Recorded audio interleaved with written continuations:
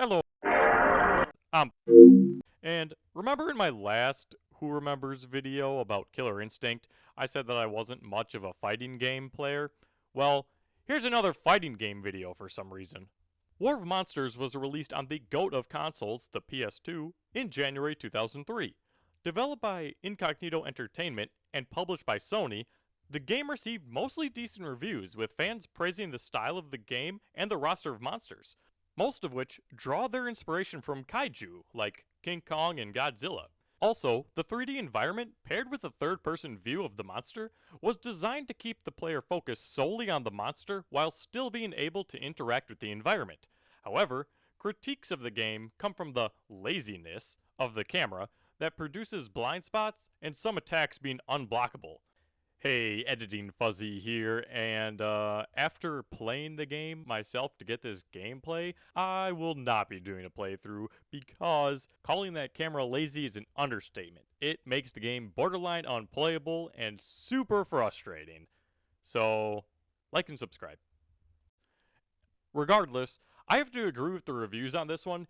Even after not seeing this game in quite some time, I still remembered some of the monsters, and I knew exactly which one was my favorite, even without knowing the name, and I don't remember the camera being bad at all.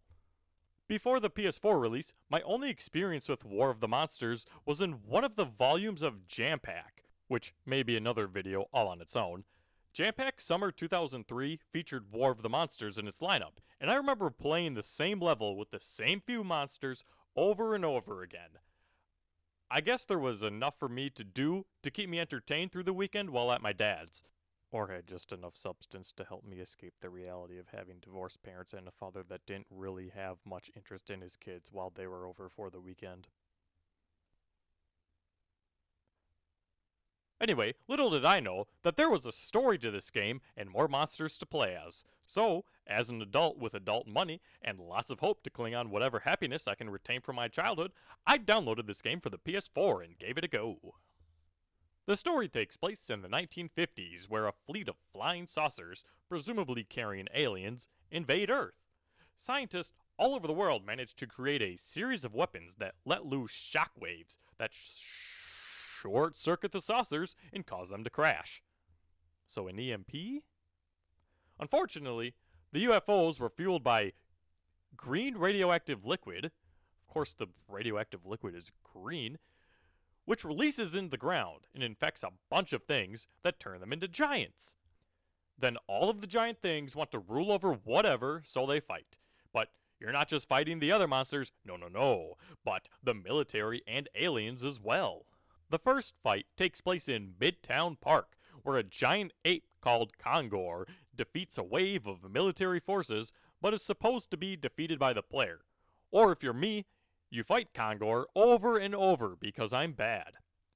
In Gambler's Gulch, the player faces the reptilian Tagara. Togura?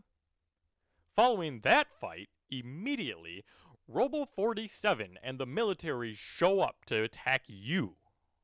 After their defeat, Rosedale Canyon is the next location on the list. The military base there is the battlegrounds for the player, where they are confronted by an angry horde of mutant ants and a mega robot called Goliath Prime. This is the first boss fight, and Goliath Prime appears after defeating some ants. It starts off with a total of 8 red ant version of Praetor, and the strategy here is to get the boulder down from the pillar for later.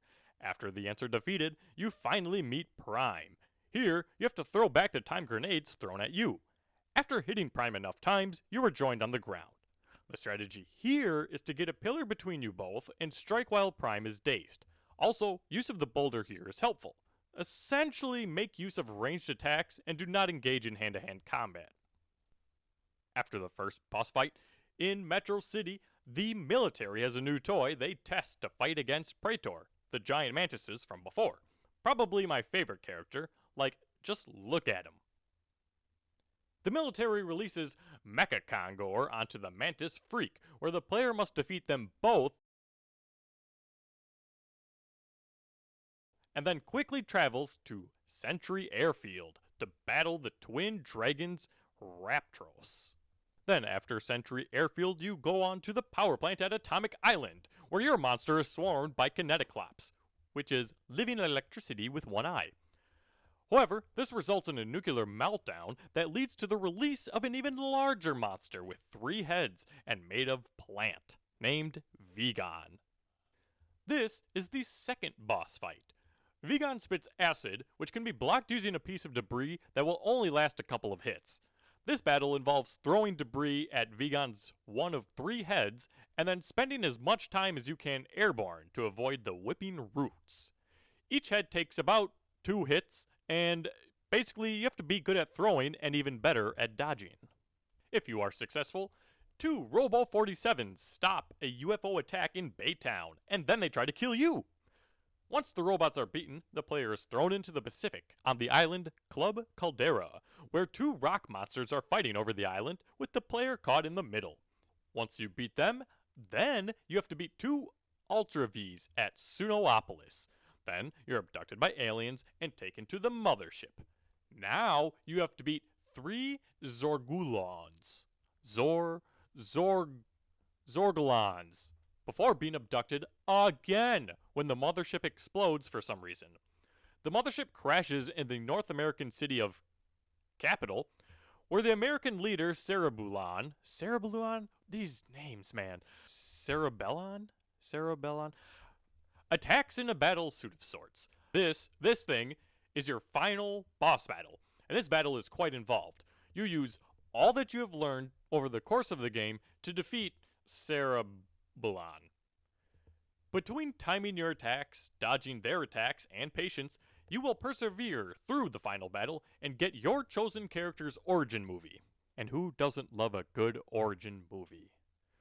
As briefly mentioned, the environments can be interacted with, and I think this is one of my favorite mechanics of the game. Buildings can be climbed and destroyed, vehicles can be picked up and thrown at opponents, and antennas can be swiped from buildings and stabbed through enemies. Monsters have 2 bars that indicate health and stamina. Health is pretty self-explanatory, but the stamina in the game is tied to range attacks, special attacks, and picking up opponents.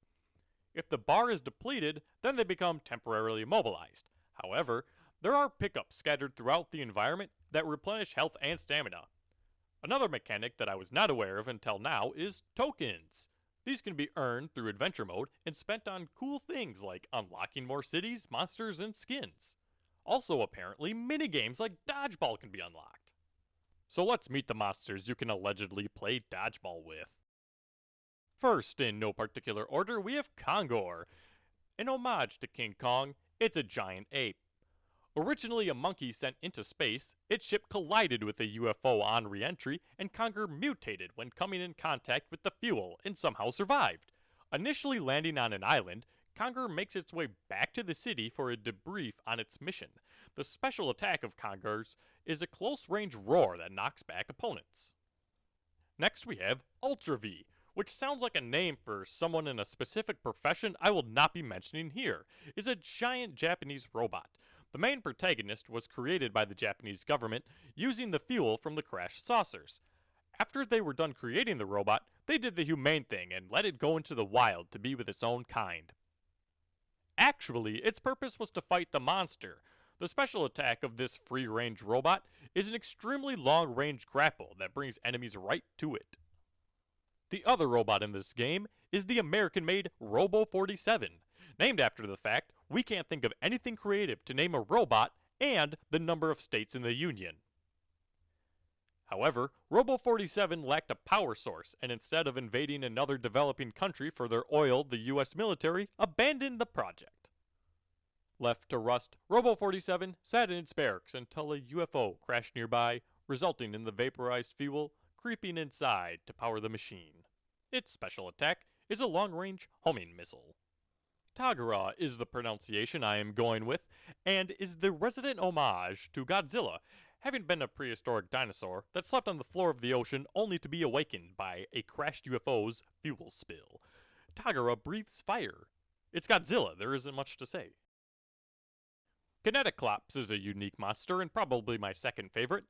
A giant eyeball suspended in its body of electricity.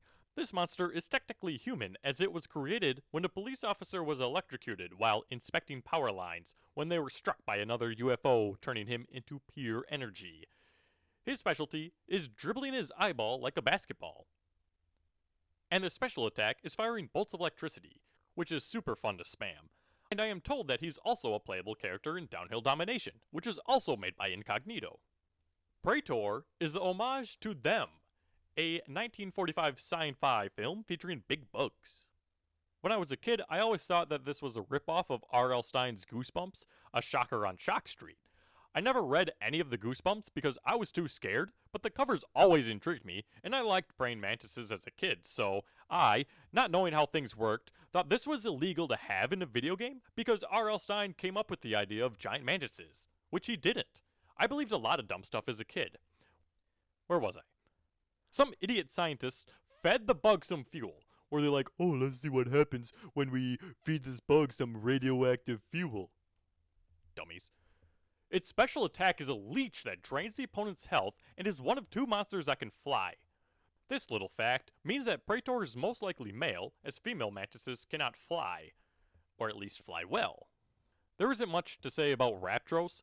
They're an ancient dragon with the special ability of breathing fire and can fly. But there is a bit to say about Ogamo, which is a big ol' statue thing born when an island native poured some of the aliens' fuel into a giant pyre, because no one has learned to not touch this stuff. Like, seriously! After the fuel is poured and the reaction is finished, Ogamo comes out of the ground.